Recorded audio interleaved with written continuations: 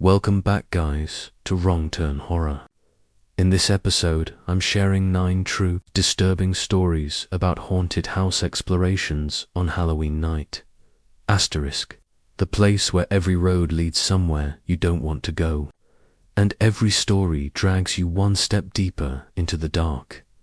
But before we begin, subscribe to the channel and hit that bell icon so that you can get a new horror story.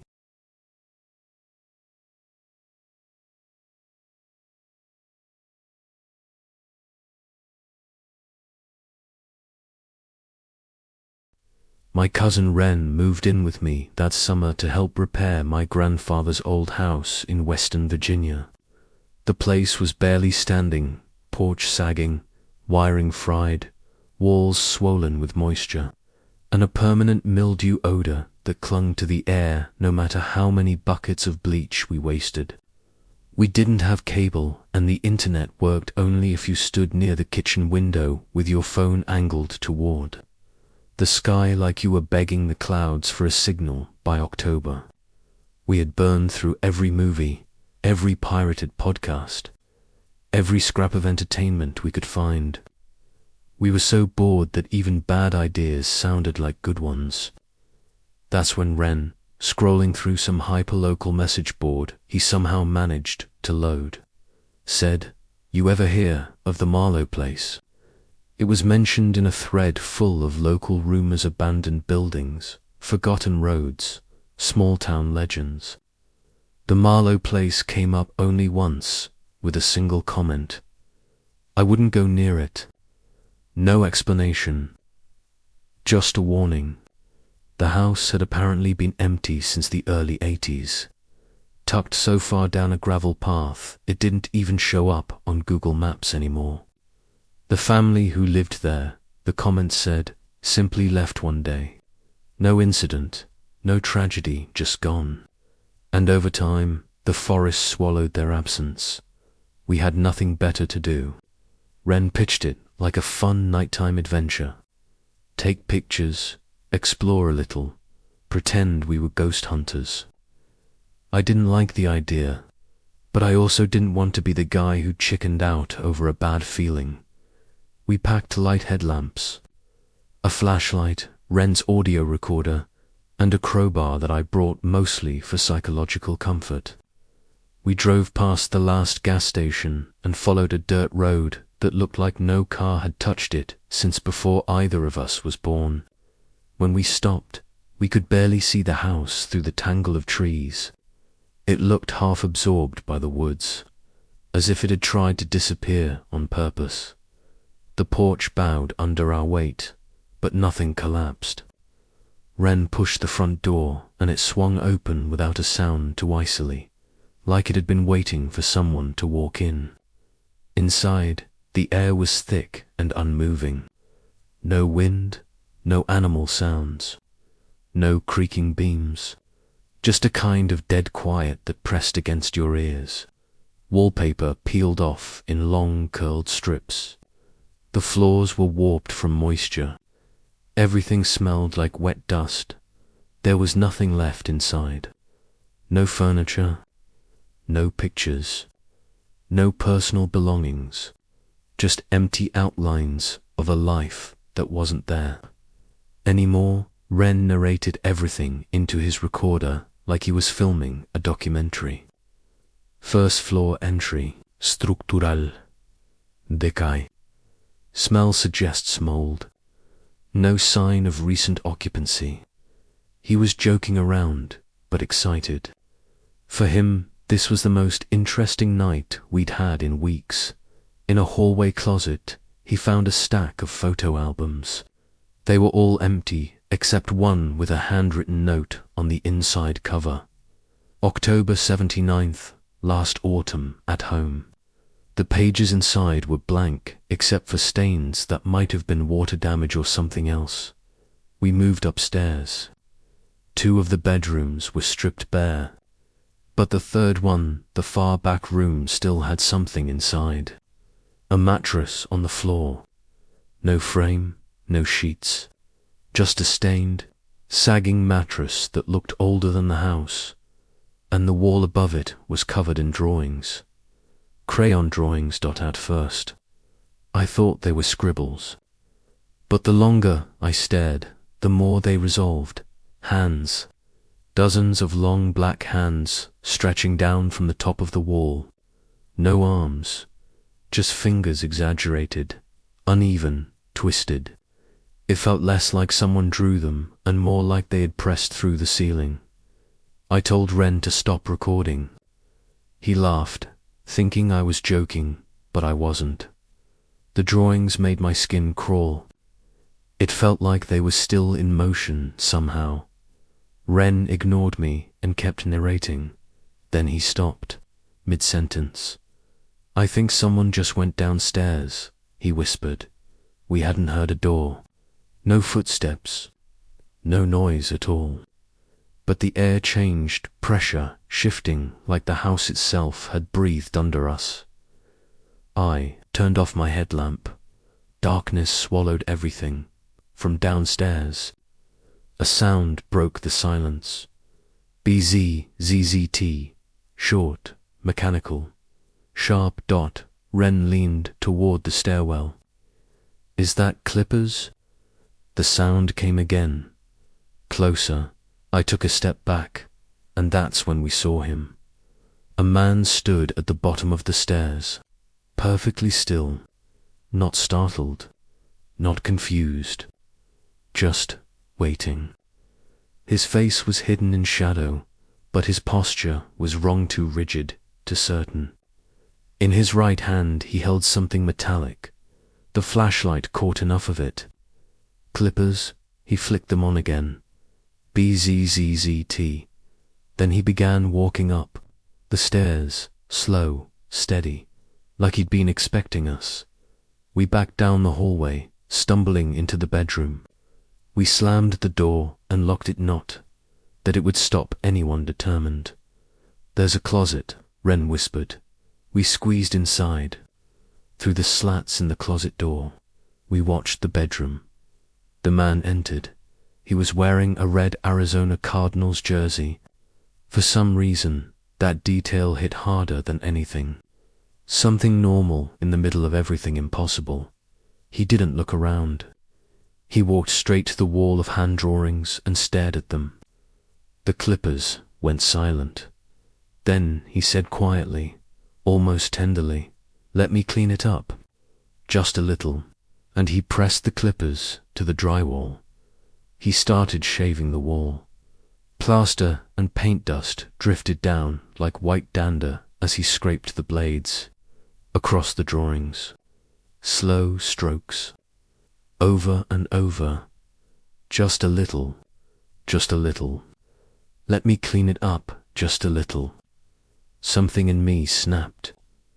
I kicked the closet door open and shoved Ren out. We bolted down the hallway, flying down the stairs 2 at a time, and burst through the front door without looking back. I didn't even check if he was beside me until we reached the gravel road. We didn't talk the entire ride back. The next morning, I called a realtor and put my grandfather's house on the market. Ren left town 2 days later.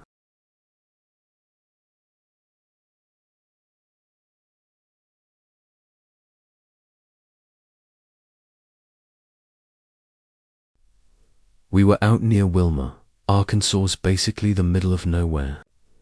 My cousin Ryan's trailer sat so far up a logging road that the hills around it were already turning into the first ribs of the mountains. It was Halloween night, and we'd been drinking since sunset, passing around cheap whiskey and a crushed pack of leftover beers someone found in an old cooler. There were 5 of us, Ryan, his girlfriend Lexi, my friend Joel, and a quiet guy Lexi brought along named Caleb. He barely talked, barely reacted, just stared at the fire like he was waiting for something specific to happen. By the 3rd or 4th round of drinks, the old stories came out, and eventually the Darnell house. If you grew up around Wilmer, you heard the story at least once. Back in the 50s, A man named Everett Darnell built himself a custom stone basement hand-laid tile, reinforced walls, the works. Lived alone, kept to himself. And then one day, he went down to the basement and simply never came back up. Truck still in the yard, wallet on the counter, front door unlocked. No sign of struggle. No witnesses. No answers. People stopped calling it a mystery and started calling it a warning. Folks said they heard dragging noises if they got too close, or smelled pipe smoke on nights when the wind died. Nobody ever tried to move in. The house just sat there rotting a mile past the ridge. We were tipsy, bored, and in that reckless Halloween mood. Around 11, we grabbed flashlights and headed out. The cold hit fast. Dry leaves cracked under our boots, and the air had that hollow, breath-holding stillness you only get deep in the woods. Nobody talked much. Even Joel was quiet. The trees pressed in tighter the farther we walked, branches snagging our clothes like they wanted us to stop. When the house finally appeared through the dark, it looked smaller than I expected. 2 stories. Pale blue siding faded to grey, porch sinking into the dirt. A red spray-painted pentagram dripped across the door like sloppy fake blood. It should have looked silly. It didn't. I was the first one inside. The cold hit different in their cellar cold, wet and sharp. My breath fogged in the beam of my flashlight. The floors groaned under every step, and the whole house felt slightly tilted, like gravity was crooked inside. We moved through the rooms like tourists in a condemned museum. Stripped walls, curling wallpaper, a light fixture that rattled like a wind chime when I tapped it. Ryan and Joel tried cracking jokes, but even they sounded small and wrong in the space. Lexi stuck close to Ryan. Caleb drifted. He paused at every doorway like he expected someone to step out. In one room he stood perfectly still, staring at a window like it might change shape if he watched long enough. I wandered into the kitchen, empty, gutted, except every cabinet door was open, every single one at a perfect 90 degrees. Hinges rusted, wood swollen, but open as if someone had walked through with methodical patience and set each one just so. I didn't touch them. That's when I saw the basement door, wedged between where the fridge used to be and the back wall. Closed, but a thin line of yellowish light leaked out from underneath, sharp like a razor's edge. I assumed someone had gone down already, probably Caleb trying to freak us out. I turned to call out Tand, realized I didn't hear anyone anymore. No voices, no footsteps, no floorboards settling upstairs, just a vacuumed silence. Wrong silence. I opened the basement door anyway. A narrow staircase led down into a stone-walled room lit by a single bare bulb strung from a wire. It swung slightly, shadows moving like slow breaths across the floor. The basement was empty. No shelves, no tools, just for thick stone walls and deep cold. But at the far end, long jagged scratches tore through the concrete. Not symbols, not patterns, just desperate, violent gouges, like someone had tried digging their way out with metal claws. The bulb popped, a sharp flash. Then darkness swallowed everything. My flashlight came on instantly, but my hand was shaking so badly the beam jittered across the room like it was trying to catch something already watching me. Then I heard it breathing, slow, even, close, not from the stairs, from behind me. I spun, heart in my throat. Light slashing across stone end. Then I saw it, a door low to the ground, flush with the far wall. I would have sworn it hadn't been there seconds earlier. Blackened wood, swollen like it had been soaking in something. A rusted latch dangled loose, and the door was open, barely, just enough to see the darkness inside. Wasn't normal light, didn't vanish into it. The darkness pushed back. It looked hungry. I froze. My instincts moved before my brain did. Step by step, I backed toward the stairs, flashlight locked on the crack of that door. Then it moved, silent, just an inch, opening wider like it knew I was leaving. A dragging sound seeped out. Metal over stone, slow, deliberate. I ran. No scream, no warning, just raw instinct. The steps felt like they'd doubled in number. I hit the kitchen, slammed the basement door so hard it rattled the house, and bolted through every room. Empty, silent, like nobody had ever been inside. I burst onto the porch, breath tearing out of my lungs.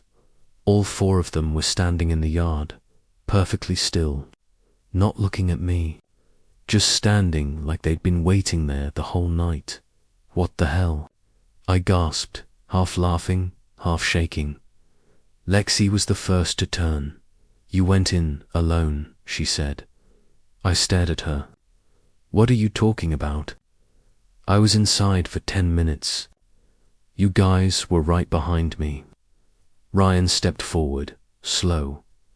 No, man. You went in ahead. The second you crossed the threshold, something felt wrong. We heard you yell once. That was it. We never even stepped inside. I looked down at the porch, dust, 4 sets of footprints at the bottom of the stairs. 1 set leading in, none leading out. I don't remember leaving the house. I don't remember walking back to the porch. I just remember standing there, shaking, realizing something had gone deeply wrong. We never talked about it again. Caleb left for Arizona a month later. No goodbye, just gone.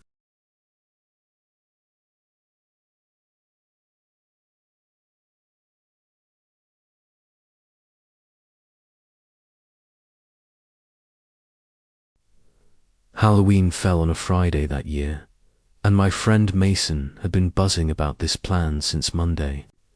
Every abandoned building in our county had a story attached to it: old barns with whispered tragedies, rotting churches with locked doors and stranger rumors. But Mason, he only cared about one place, the Bramble House, a half-collapsed shell of a building sitting beyond Panor Hill, hidden behind snarled brush and a forgotten logging road. Nobody agreed on who built it. Some said farmers. Others swore it was a bootlegger's hideout, but everyone agreed on the same thing. The first family that lived there never made it through the winter. They moved in, fixed it up, and then, according to the scraps of old newspapers, vanished before spring thaw. No bodies, no clues. Just a house that seemed to sink deeper into the dirt every year, like the earth wanted to swallow it. People who stayed there overnight never made it to morning. The ones who fled early talked about strange things, voices under the floor, scratching behind the walls, shadows that didn't match their owners. One man apparently walked 15 miles barefoot before he was found, never spoke again. Mason lived for this stuff. He spent his nights digging through forgotten forums, scanning microfilm reels at the library, tracing strange symbols found on trees behind abandoned houses. He didn't try to scare people. He genuinely believed some places were awake, that they pushed back. So when he told me we were going up to Bramble House on Halloween to see if the energy changes after dark, I didn't say yes, but I didn't say no either. Mason's confidence was a current. You either swam with it or got pulled in. We left just after 8 p.m. Hoodies, boots. Nothing dramatic. Mason carried a backpack with snacks, a flashlight, and his little handheld recorder. I brought my phone and a pocket knife my uncle gave me. The walk took 40 minutes up an old logging trail his Honda would have died on, under the moonlight. The Bramble house didn't look haunted. It looked tired. The porch leaned hard to the right. The back roof had caved in. A front window was shattered inward, glass curled like claws, as if something had pushed through instead of out. Mason didn't hesitate. He walked straight up the steps and shouldered the door open like he had been here before. I hung back a moment, not out of fear, but because stepping into a place like that first felt like crossing a line. Inside, the front room was strangely preserved. Dust everywhere, peeled wallpaper, a mirror leaning in the corner. A wooden bench sat under the window, a broken chair near a soot-stained fireplace. The air felt alert, not silent listening. Mason clicked on his recorder. October 31st, 2019. Bramble House.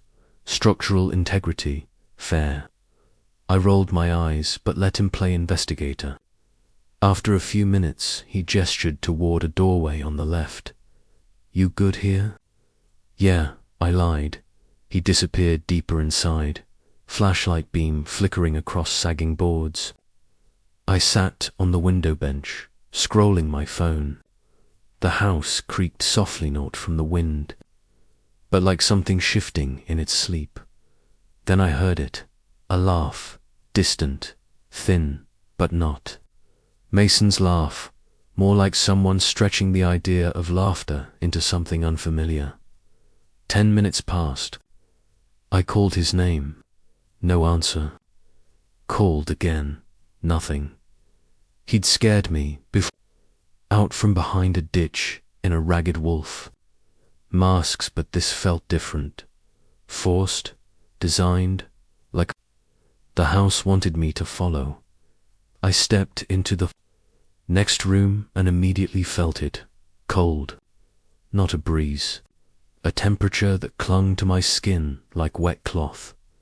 The walls were marked circles, lines, strange loops, some chalked, some smeared like someone had wiped them in a hurry. In every corner, small stacks of pebbles, arranged deliberately, ritualistic, quietly disciplined. Still no Mason. Farther in, I reached a broken staircase. Most of the steps were missing. I leaned around the banister. Mason, seriously, enough. Something answered, but not with footsteps. A dragging sound, slow, soft, like a hand or blanket being pulled across old wood. Then, like a pressure change behind my ribs, I felt a whisper. Not heard, it felt it, deep in my chest, like a memory of a sound I'd never heard before. My phone buzzed. 1% battery. The screen froze. Died. Then I saw it. Something stood in the doorway, ahead. Taller than any person should have been in that house. Too thin. Shoulders sloped wrong. Spine bent like it was learning how to stand. Skin pale and tight. Stretched like wax melted over driftwood. No clothes. No hair. No sound. Mason. The words slipped out before my brain caught up. The thing snapped its head toward me fast. Sudden, like it recognized my voice in a way that people don't. Then it moved, not lunging, not rushing, just walking, at a pace that made it feel like it wanted me to choose how fast the chase would be. I ran. I don't remember choosing to. I was just suddenly sprinting back through the house, tripping over warped boards, breath burning in my throat. I glanced back once. Nothing there. But when I reached the front room, it had changed. There had been one bench under the window. Now there were two. The chair by the fireplace was gone. One bench had a fresh split along the seat as if someone had just stood up from it. The air smelled like cold stone. I stumbled outside and screamed Mason's name. My voice echoed once, twice, then stopped mid-go, like the trees swallowed it. I walked backward down the path, phone dead, hands shaking. I kept texting Mason even though the screen was black, telling myself he would jump out, laughing, that he'd show up later at home with grainy photos and a story about me bailing early. But he did in single quotes. Not that night. Not the next dot. For days passed before anyone realized he was missing. His mum thought he was with his dad. His dad thought he was with his mum. The sheriff's search team went up the hill. They came back pale. One of them whispered, "It didn't look recent." Mason's body was never found. Last Halloween, someone spray-painted a message across the asphalt leading up the ridge in giant red letters. "Don't wake IT again." I believe them now.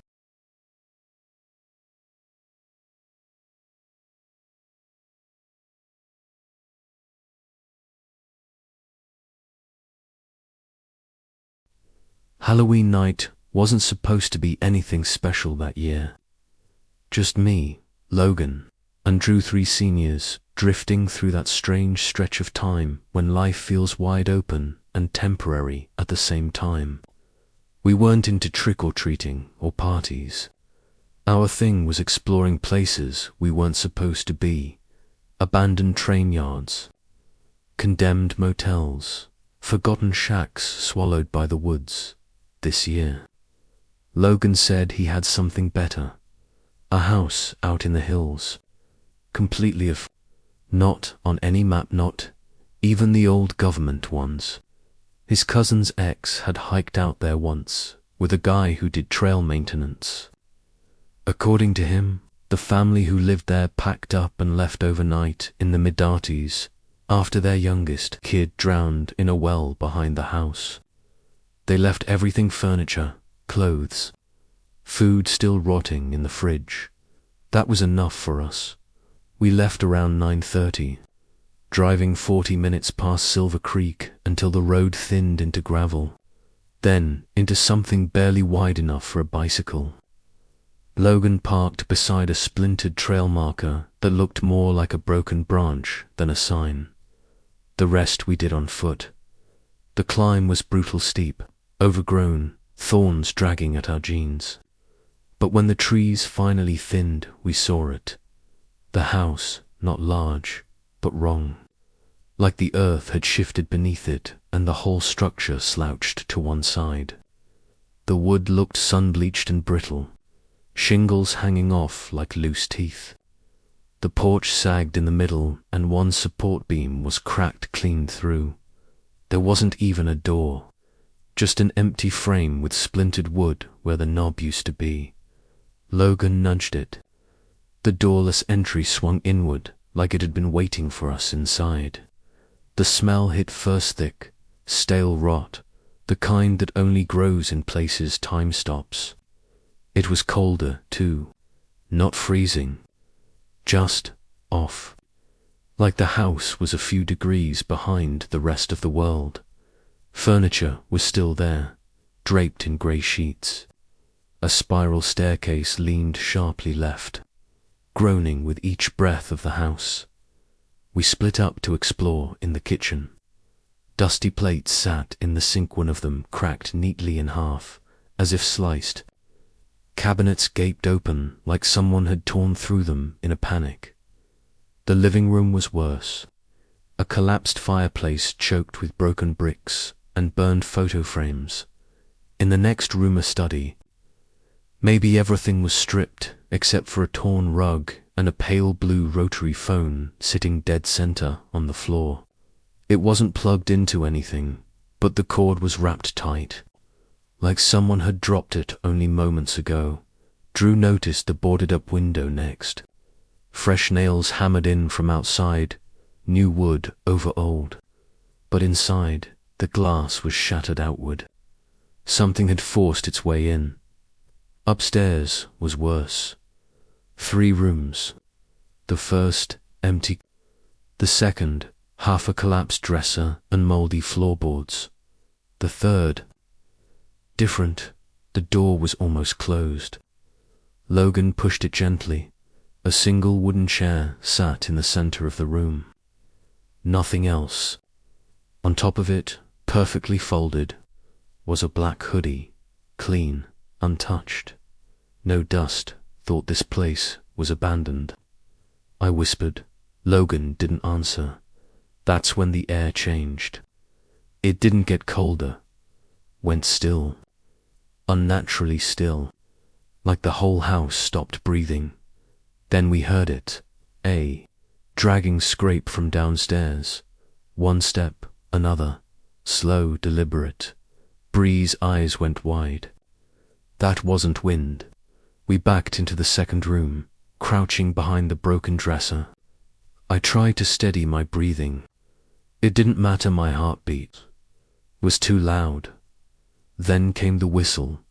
Long, broken, sour, like air being forced through teeth. Ellis dropped his pocket knife. The dull clink echoed down the hall like a gunshot. The whistling stopped. Then, footsteps, slow, measured a figure past the doorway. Just a glimpse. A tall man. Too tall. One shoulder higher than the other. A long brown coat trailing behind him. Something pale wrapped thick around his neck rope, maybe, or gauze. He didn't look at us.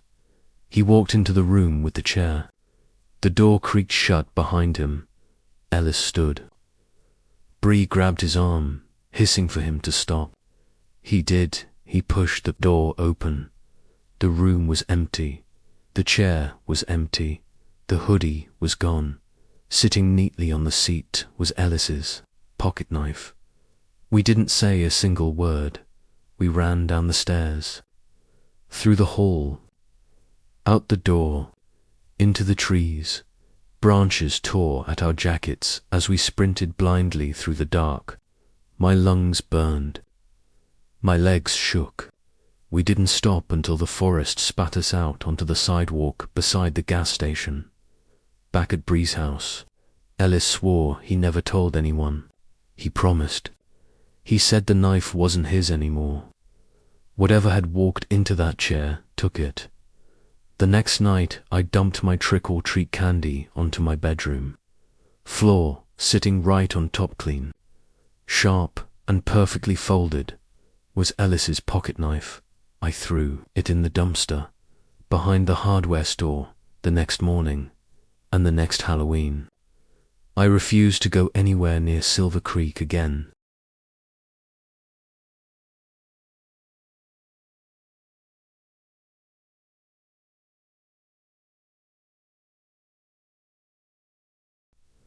I was 22 the night we drove up into the mountains near Clayton, Georgia. Halloween, of all nights, looking for a house that shouldn't have existed anymore. Brennan had talked about that place for years, the way locals talk about old wounds, carefully, like the memory has teeth. They called it the Ridge House, and according to him, everyone who grew up around Clayton hiked out to see it at least once. Half dare, half tradition. A rite of passage wrapped in superstition. We got to his uncle's property way later than planned. The sun had already slipped behind the ridge, and the forest was turning into a mass of black shapes and colder air. There were 4 of us. Me, Brennan, his cousin Lacey, and her boyfriend Marcus. I'd only met Marcus twice before. He was the type who said strange things without blinking, like he wanted to see which one of us would crack first. The uncle's cabin sat off the main road, half a mile from where we parked. The Ridge House wasn't on any map, not even the old hand-drawn ones locals kept in glove compartments. We reached it by trudging, through a thick stretch of pine trees that suddenly opened into a clearing, and it was unnaturally quiet. No wind, No bugs, no rustling. Just a heavy, unmoving stillness that felt like stepping into a sealed room. High elevation, Marcus said, shrugging. Bugs don't like it up here. Brennan nodded like that made perfect sense, but my body was already telling me something was wrong. Like my nerves were tipping forward ahead of my thoughts. The house looked even worse than the stories made it sound. One whole corner had collapsed inward. The porch sagged so low it looked ready to slough off the foundation. But the door was still in place, half open, tilting slightly, like it had been left that way on purpose. When we stepped onto the porch, the leaves didn't crunch under our shoes. They just shifted like dust. No smell inside either, which was wrong. Old places, rick mold, rot, dead animals. But the air was cold and dry, basement cold, untouched 4 decades cold. There was no furniture, no window glass, just long strips of wallpaper peeling down the walls like dangling skin. You could see the ghost outlines of where things used to be, dresser marks, picture frames, rust stains where fixtures once hung near the stairs. Lacey pointed out an old metal coat hook still bolted into the wall.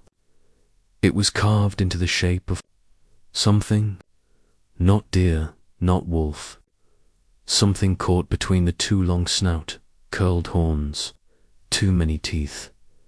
My uncle said a family lived here until their daughter went missing, Lacey said quietly. They left overnight. Didn't take anything. No one answered that. That's when we split up. Brennan headed toward the kitchen. Lacey and Marcus stayed by the stairs. I followed a narrow hallway to the left that ended in a small office-like room.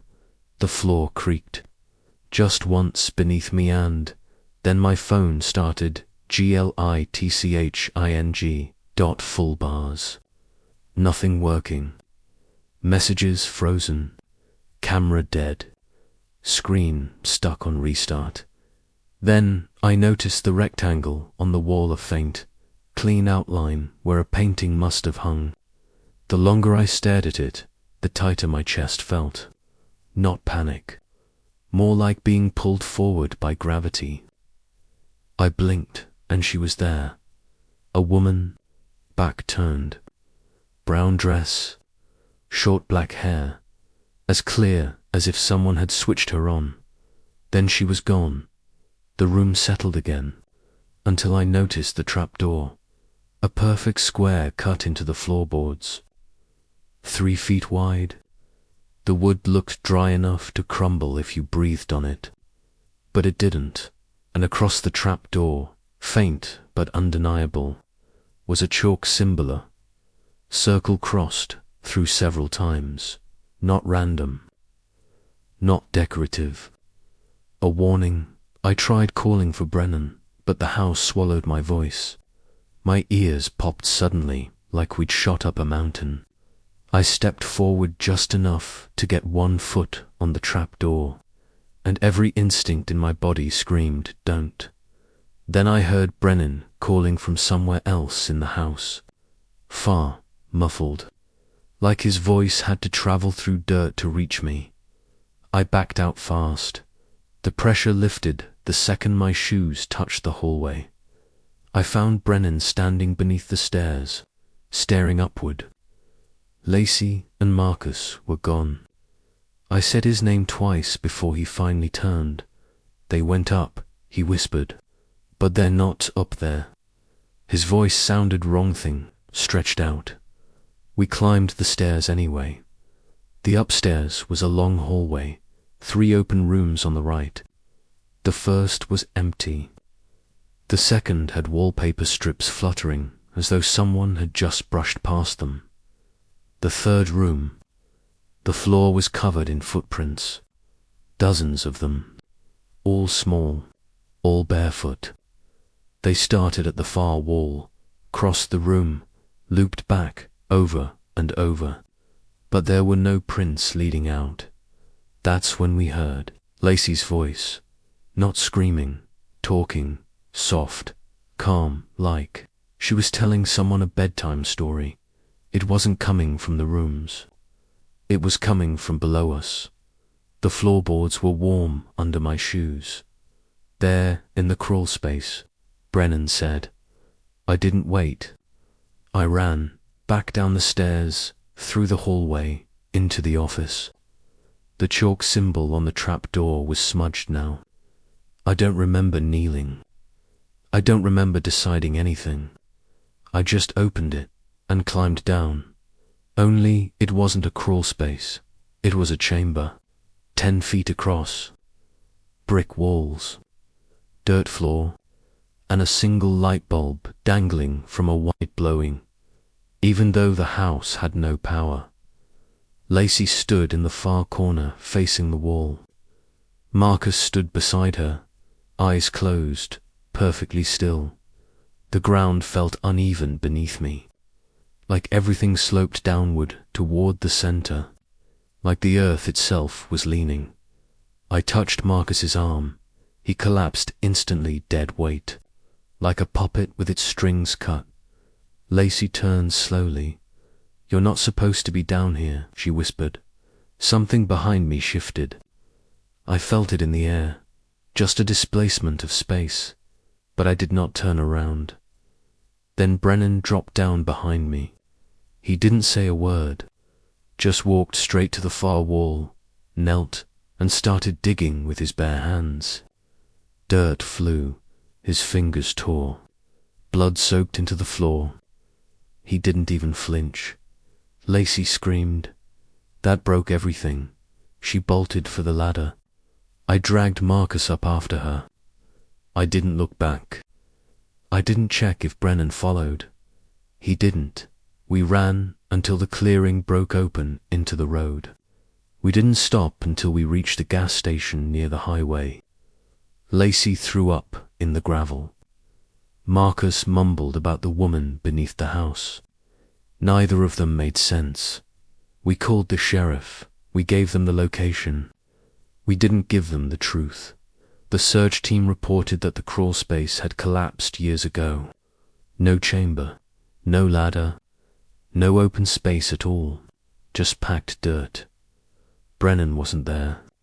Not even a shoe, not even a scrap of clothing. They called it a sinkhole. 2 weeks later, his parents held a service. Open casket, a box with nothing inside. We each said something, not the real story, not the parts that still claw at us when we try to sleep. Lacey moved to Oregon. Marcus changed his number, and me. I don't go out on Halloween anymore, not since the night. I walked past my bedroom window and saw a woman in a brown dress standing in the reflection behind me.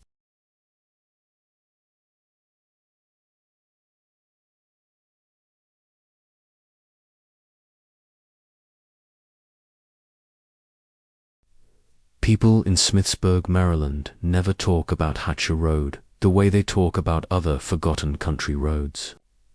There are no ghost stories told jokingly around campfires. No urban legends stretched and exaggerated for fun. No curious teens cruising down there on dares. Instead, people lower their voices when the road is mentioned. They glance toward the woods as if something inside might be listening. Hatcher Road is not a place they avoid for superstition. It is a place they avoid because something is wrong with its something old, something unfinished, something that doesn't want to be left alone. And once you hear this story, you'll understand why this happened to a man named Mark Stevenson, a delivery driver with 15 years of night shift routes through Washington County. He knew every back road, every hidden turnoff, every crooked mile of blacktop lined by woods so thick they swallowed the stars. Night never bothered him. Fog never bothered him. He'd seen strange things on dark roads before, deer staring from the tree line, coyotes tracking him through the brush, Old barns with their doors moving, as if someone was standing inside the darkness waiting. But nothing he had ever encountered, not once in all those years, prepared him for what happened on October 17th, 2022, because that was the night he took a shortcut down Hatcher Road. The clock on his dashboard read 2:40 a.m. Fog drifted across the pavement in thick waves, hugging the ground like something with weight. His GPS pinged sharply, announcing that his usual route was closed due to construction. A detour flashed across the screen. Hatcher RD 2.3 miles faster. Mark frowned. He had heard the name before. Everyone local had, but he was exhausted, running on black coffee and stubbornness. 2 miles faster meant getting home sooner. And besides, a road was a road, so he turned onto Hatcher without thinking twice. The first thing he noticed was the silence. Not quiet. Silence. A suffocating stillness that pressed against the windows and felt wrong in his bones. No crickets, no wind. Not even the whispering of branches rubbing together. Just an unnatural, complete, heavy quiet. The second thing he noticed was the trees. Towering oaks rose on both sides of the road, curving overhead into a natural tunnel that swallowed the headlights of his truck. Their bark looked twisted under the pale green glow cast by the fog. The branches hung low, as if burdened by something unseen. Mark leaned forward, squinting through the windshield. "It's just a road," he muttered, trying to steady the sudden, inexplicable tension crawling up his spine. But then something moved. A shadow, small, quick darting from one side of the road to the other. Mark instinctively slowed, expecting a fox or raccoon. But what lay in the center of the asphalt was neither. It was a shoe, a small white sneaker, sitting perfectly upright in the middle of the lane. He pulled alongside it and stared. That's when he heard it, crying. Faint at first, like a muffled sob carried by distant wind, but unmistakably the sound of a young girl crying somewhere in the woods. Mark felt the hair on his arms rise. He lowered his window an inch. The crying grew clearer, high-pitched, panicked, coming from the right side of the forest. "Hello," he called. No answer. Just more sobbing, raw, shaky, desperate. He shut off the engine. The silence that followed was immediate and suffocating. The crying stopped. Instantly, Mark hesitated. Every instinct told him to leave. But the idea of a child alone on a road like this at 3 a.m, he couldn't just drive away. He grabbed his flashlight and stepped out of the truck. As he walked toward the shoe, he noticed something unsettling. It was clean. To clean. Untouched by dew. Untouched by dirt. As if someone had placed it there moments earlier. Before he had time to think more, the crying began again, farther into the woods this time, deeper and more urgent. Mark called out, promising help, asking the child to respond. The crying moved again, pulling him farther into the dark. Against his better judgment, he followed the sound. 20 feet into the undergrowth, the smell hit him. Wet soil, rotting leaves, and something metallic underneath, faint but distinct. He pushed a branch aside and froze. A girl stood between 2 trees, her back to him. Maybe 11 years old. Hair long, tangled, and dark. Her dress dirty and torn. Her bare feet planted in the mud. She shivered, shoulders quaking. "Sweetheart," Mark said gently, "are you hurt?" The girl didn't turn. She just kept crying quietly, her sobs sharp and unnatural in the dead silence. He stepped closer. "It's okay. I'm here to help. Just tell me your name." The crying stopped completely. The girl became still as stone. Slowly, so slowly, it made Mark's breath hitchy. Turned her head. Not her body. Just her head. Her face was wrong. Not monstrous. Not disfigured. Just empty. Too pale. Too still. Her eyes were red from crying, but disastrously dry, as if she had been sobbing for hours without tears. When she spoke, her voice trembled like glass shaking on a shelf. "You shouldn't be here." Mark stepped back, heart thundering. "I'm trying to help you," he said, voice shaky. Her eyes widened in sudden terror, staring at something behind him.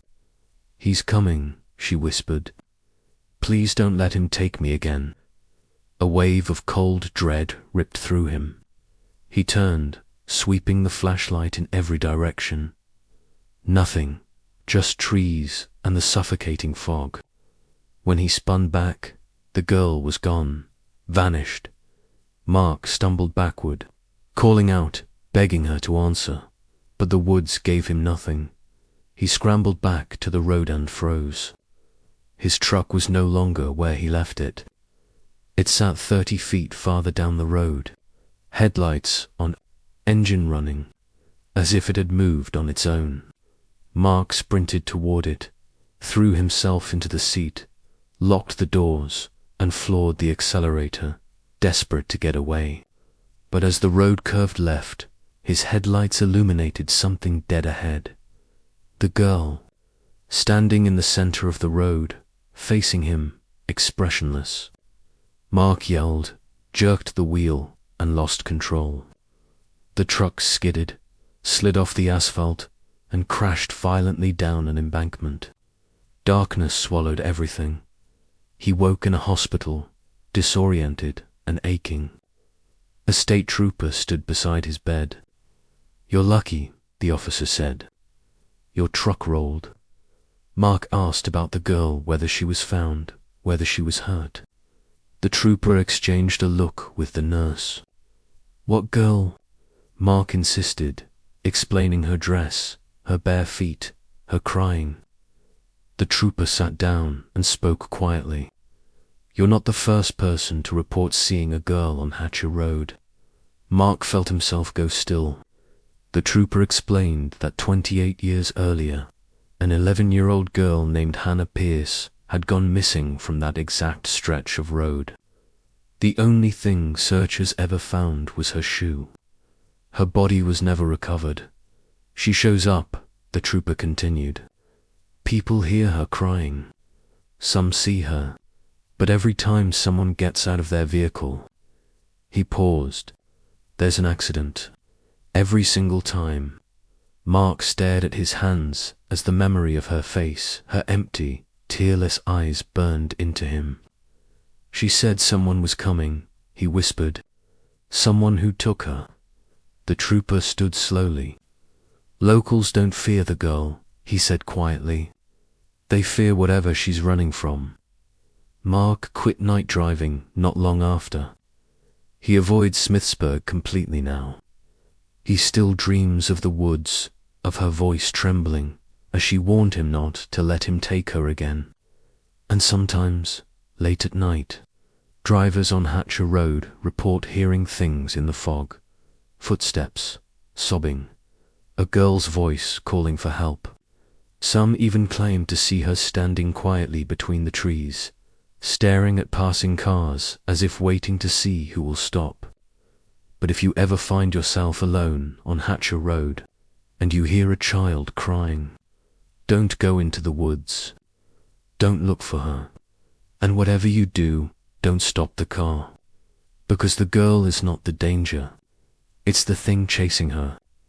And if you listen closely, you might hear him breathing in the trees, waiting for someone else to step off the road.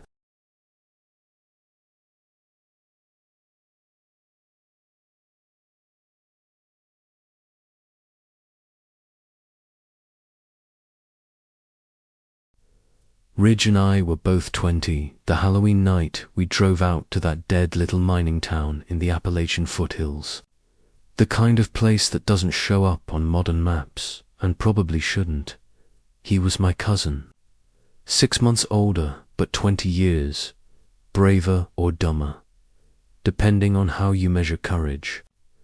At that point in his life, Ridge was two things: addicted to adrenaline and convinced he was invincible. Urban exploration was his latest obsession. Not hiking, not camping, not sightseeing. He wanted the abandoned stuff. Old hospitals, collapsed churches, forgotten cabins, sealed basements. Anywhere people once lived and shouldn't anymore. He had two GoPros, a headlamp bright enough to blind a deer, backup batteries, a drone he rarely used, and folders full of questionable location screenshots saved from message boards that were 2 clicks away from a virus. Ridge loved the thrill more than the footage. Posting it online was just proof he'd made it out. Me, I wasn't into any of it. I didn't even own a flashlight at the time. When Ridge asked me to go with him to this place called the Holloway, house a collapsed Victorian half swallowed by the hillside, I said yes, but not because I wanted to. I said yes because Ridge was the kind of guy who would climb a staircase missing 3 steps, just to prove gravity couldn't beat him. And if he ever fell through a floor, I knew I'd be the one calling 911. Halloween night, nothing better to do. I figured we'd poke around a creepy house, get startled by an owl, and grab gas station snacks on the way home.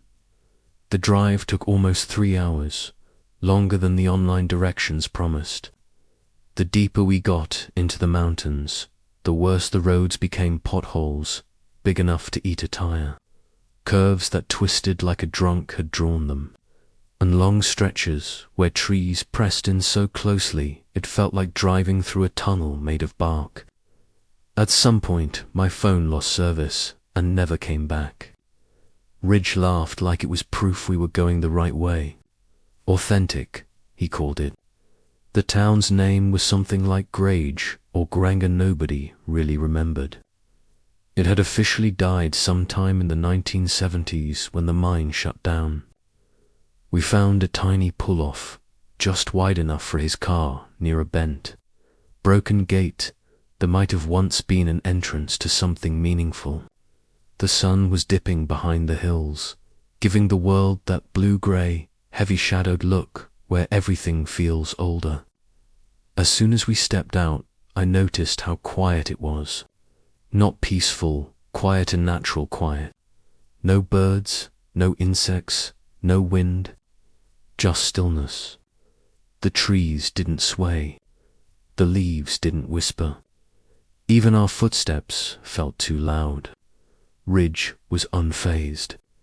He strapped on his chest-mounted GoPro, cracked a joke about Halloween specials, and headed down the trail like he was walking into a theme park. The path was steep but short, maybe 15 minutes of slipping on damp leaves and ducking under low branches. The Holloway house didn't appear so much as materialize. 1 second, the hillside was just trees and shadows. The next, there it was, sunken into a ravine like the earth had decided to swallow it halfway and gotten bored. The house looked ancient enough that time should have forgotten it entirely.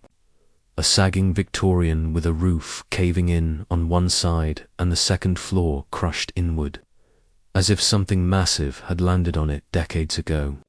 Vines wrapped across the wood like claws holding it down.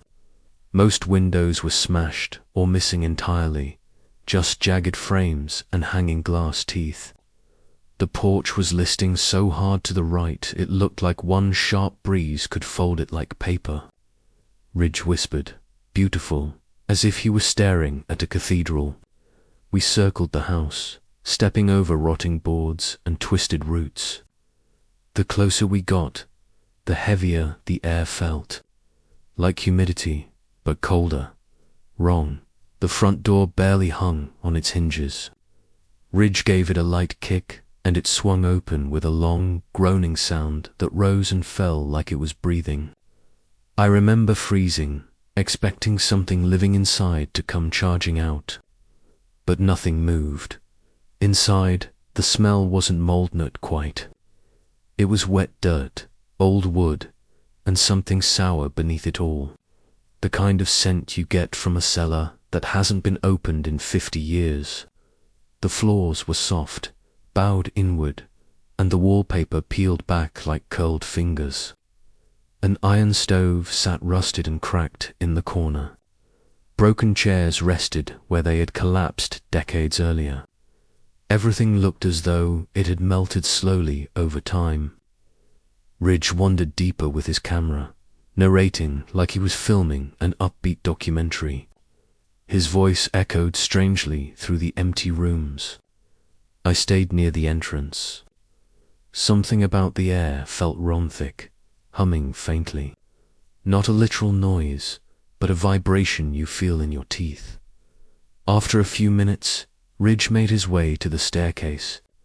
It looked like a death trap, steps bowed in the middle, were dark and splintered, railing broken off halfway up. I told him it wasn't a good idea. He grinned like I'd dared him. "I'll be quick," he said. Then he started climbing. Each step groaned loudly, bending under his weight. I watched with my breath held, half expecting him to fall straight through. But he made it to the top. I waited for the sound of his footsteps exploring the hallway. Instead, silence. Long silence. Then Ridge's voice, low and strange. "Hey, can you come here?" That wasn't Ridge. He didn't ask for help. Not in abandoned places. Not anywhere. I called back, asking what was wrong. He didn't answer. Just repeated, "Come here." Something in the way he said it chilled my spine. I climbed the stairs slowly, feeling each board dip under my shoes. When I reached the top, the hallway stretched out left and right with 3 open doorways. Ridge stood in the one on the right, just inside the room, arms hanging at his sides. He wasn't filming anymore. His GoPro light wasn't blinking. He didn't react when I approached. I stepped beside him and looked inside. The room was empty. But one wall, the entire far wall, was covered in tiny black handprints. Hundreds of them. Maybe thousands. All different sizes. All smeared flat like someone had pressed soot-coated hands against the wood again and again. Some small, like a toddler's. Some long-fingered, like an adult's. They were layered, overlapping, as if something had been trying to claw its way out or in for years. The sight of it made my stomach drop. I whispered, "Did you touch that?" Ridge shook his head too slowly. His eyes were unfocused. "Did you do that?" No response.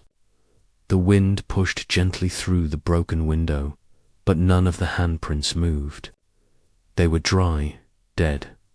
But the room felt alive in a way nothing should. We didn't run. That's the part I still can't explain. We just turned and walked out, quietly, calmly, like we were afraid to disturb something watching us. Ridge followed behind me through the house, through the trees, back to the car. He didn't speak once, not even when we got inside. I started driving, hoping distance would break whatever spell had grabbed him. Half an hour passed before he made a sound, a whisper, soft, steady, not directed at me. At first I thought he was practicing commentary for footage. But when I glanced at the GoPro, the light was off. Dead. He wasn't narrating. He was whispering to the inside of the passenger door. Eyes locked on something I couldn't see. Then Ridge said, "Don't move." His voice was fragile, cracking like thin ice. My entire body went cold. Why? He didn't blink. Something's in the car. I slammed the brakes without thinking. Gravel sprayed out from under us. Ridge threw open his door and bolted into the ditch like something had reached for him. I jumped out, expecting God, I don't even know. A person, an animal, hands reaching from the back seat. But when I looked inside, the car was empty. No sound, no movement. Just the engine idling and Ridge shaking so hard he could barely stand. When he finally spoke, he said he'd seen something on the inside of the car door. A handprint, black, small, exactly like the ones on the wall. And he swore it moved. Ridge refused to get back in the car. Said he'd walk. And he did. 5 miles along dark mountain roads to the nearest gas station. I crawled the car beside him with hazard lights blinking the whole way. After we reached his house, he barely spoke. Said he needed to sleep. The next day, he acted like nothing had happened. Wouldn't talk about it. Wouldn't watch the footage. Weeks passed with no mention of the Holloway house. I assumed he was trying to forget it, until his mum called. Ridge had gone missing all day and returned, late covered in mud, shaking, clothes ripped. His room had been destroyed, mirrors shattered, blankets torn apart, camera equipment thrown across the floor. When she finally got him to talk, all he said was he'd gone back to the house. I saw him a week later. He looked hollow eyes, sunken, skin pale, hands trembling. He told me little pieces, whispered like someone might hear him. He said the handprints were still on the wall, but now they were fresh, wet, growing, multiplying every time he blinked. He tried filming, but every device died the moment he lifted it. He said the house wasn't empty. Something crouched in the hallway, long arms bent at impossible angles, body too thin, face like a smudged eraser, a mouth that wasn't a mouth. It didn't move. It just watched him. And Ridge told it he was sorry. He hasn't filmed anything since. Sold every camera, changed his phone, won't even drive near that part of the mountains. And there's one thing he said that still keeps me up at night. One thing he said before he left my house that day. It didn't want us to see the wall, he whispered. It wanted us to come back.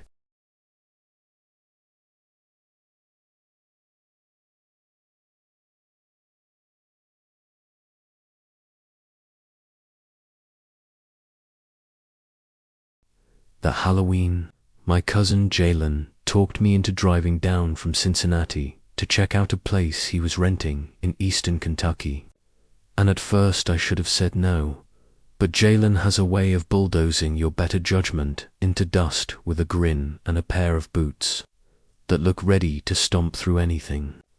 And so I found myself on the road, windows down, night falling early over the Appalachian foothills, heading toward a house that looked like it had been abandoned when dinosaurs roamed, perched at the edge of a forest near Redwater, out past where GPS stops working and the roads disappear into dirt and ruts so deep you wonder how anything made it this far, let alone people.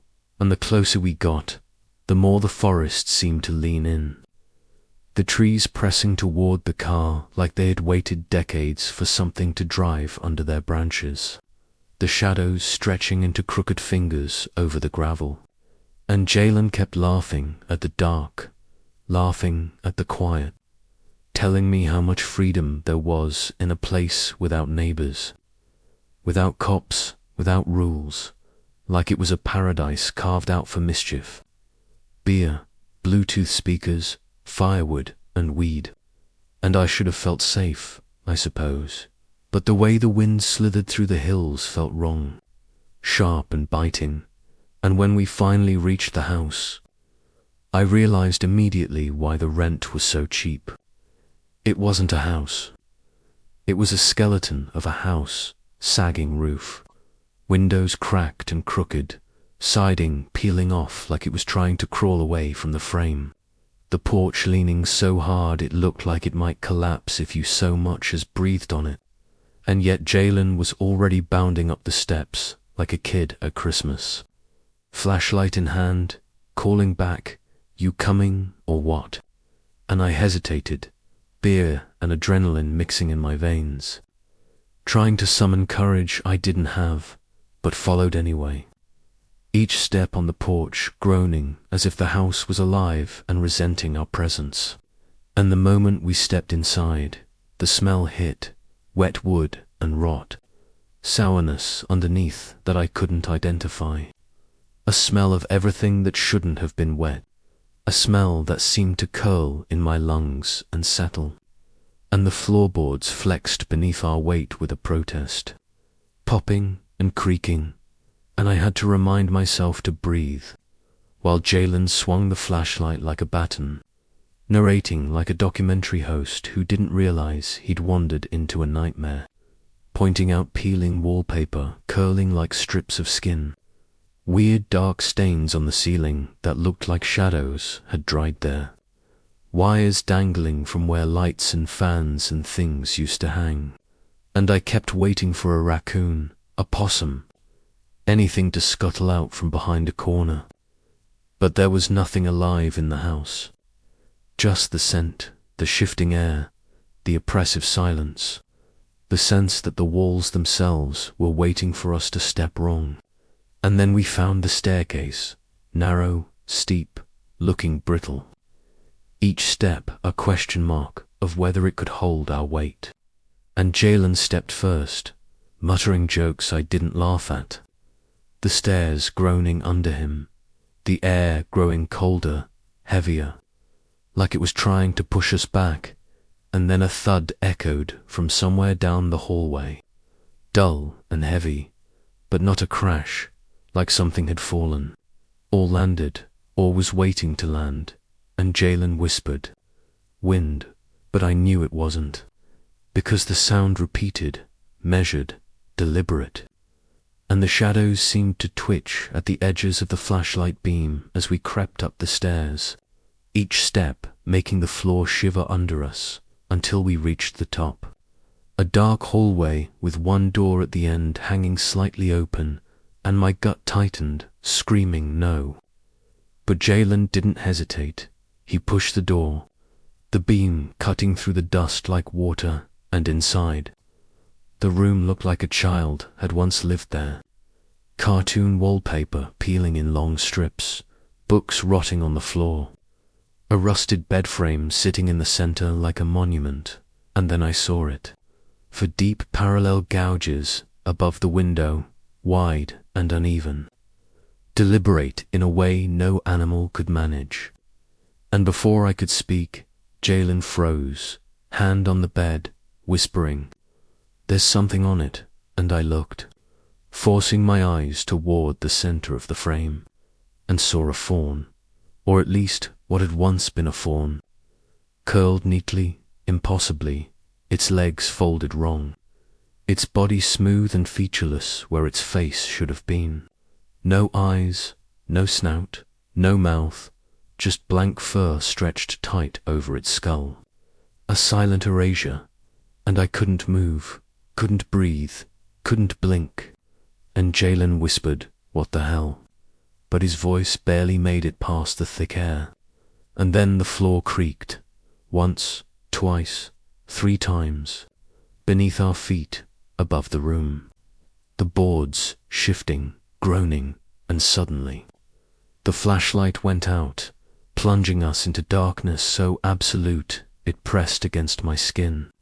And then the creaking moved, now closer, climbing the stairs, uneven but purposeful, and Jalen grabbed my wrist, mouthing, "Go," and we ran, fumbling through the hallway, tripping over warped boards, branches slapping our arms as we spilled down the slope outside, not even aware of the path, not daring to glance back, lungs burning, heart hammering, adrenaline pounding, until the faint glow of his porch light appeared, though I was sure it had been off when we left, and we slammed the door shut, shoved the couch against it, and collapsed to the floor, panting, listening, waiting.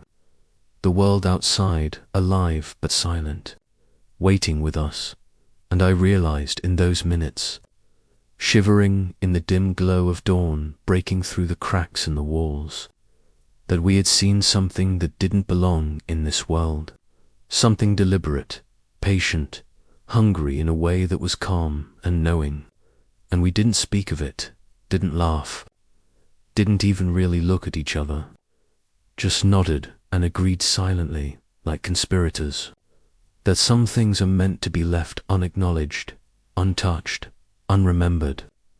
And when morning finally came and light bled over the trees and the crumbling siding, we looked at each other, tired, hollowed out by the night, and silently vowed never to speak of the Corman house again, though I knew that image, that faceless fawn, those gouges above the window, the oppressive, watching darkness would follow me for the rest of my life, curling in the edges of my vision, lurking behind every shadow on cold nights, a reminder that some places are not abandoned, they are waiting.